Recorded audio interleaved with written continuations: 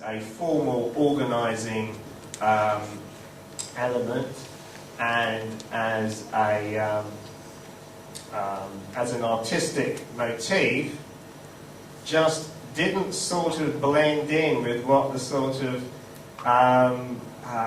new cultural media.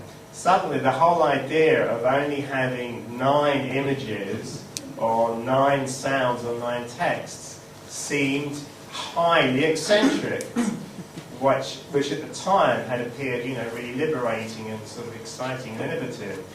Suddenly it all became a question of uploading hundreds or even thousands of images to Flickr, tagging them, searching through them, amassing lists of friends on MySpace, being part of lists ranking different sites and things like that. It became a question of storing and navigating larger and larger amounts of data, what I tend to refer to as the sort of Disney modernism logic, that more data is always a good thing. Whereas 9, you are disciplined to making a succinct statement. You only have 9, that's the image.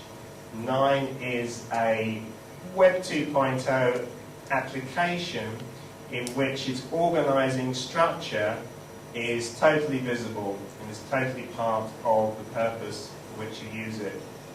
So suddenly we had people like just not being able to understand this at all. Is it like a home page? Who are all these other people's pictures around mine? What are they doing there? Why can't I have my own page? Why do I only have, 9 of this or 9 of that? So that, plus the fact that Graham had to write this on his own, and the year after I had to upgrade it and was faced with a lot of the consequences of what had just happened over just a year or two in the sort of wider sphere of the new media industry, meant that we had to sort of, this kind of scale of project, this sort of project was no longer really sustainable from what had been an artist collective. So at the same time, if I can find,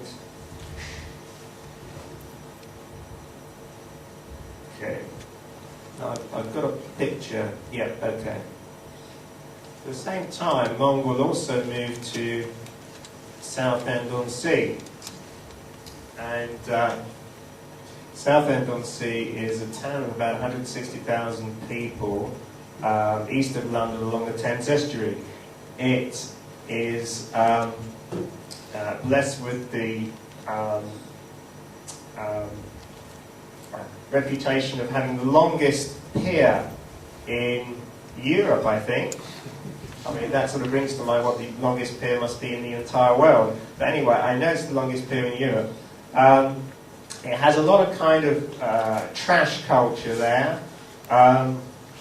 It's kind of quite sort of energetic atmosphere, but it has almost no cultural infrastructure. There's one other gallery there, the Focal Point Gallery, and there are lots of different arts groups. There's groups of visual artists, there's quite a vibrant music DJ scene in Southend-on-Sea, there's groups like the Lee Film Society, there's various people around like that, but it's all quite kind of atomised. And there was no sort of easy sort of organisation that Mongrel could slip into and just start carrying on what it was doing. So we had to try and find a way of launching a scene ourselves, and also a way of bringing together very different kinds of groups. About that time we hosted something called the Grow Your Own Media Lab, which was a project initiated by James Wallbank from the Redundant Technology Initiative, Access Space, in Sheffield. And his idea is to start up Linux-based media labs all over the UK. So he came along and told us about this. And this is very useful to us to have this very sort of charismatic guy come in from outside and energize us all with this vision. But partly through our previous experience, and partly from what we knew of people in Southend that we'd met, we knew that the idea of a Linux-based media lab wasn't going to fly. People didn't want to learn another operating system. So we had to find a way of providing people with a vision that they could all buy into, and including people from outside of the arts, such as the local Linux users group, who came to sort of meet regularly and still does in our space.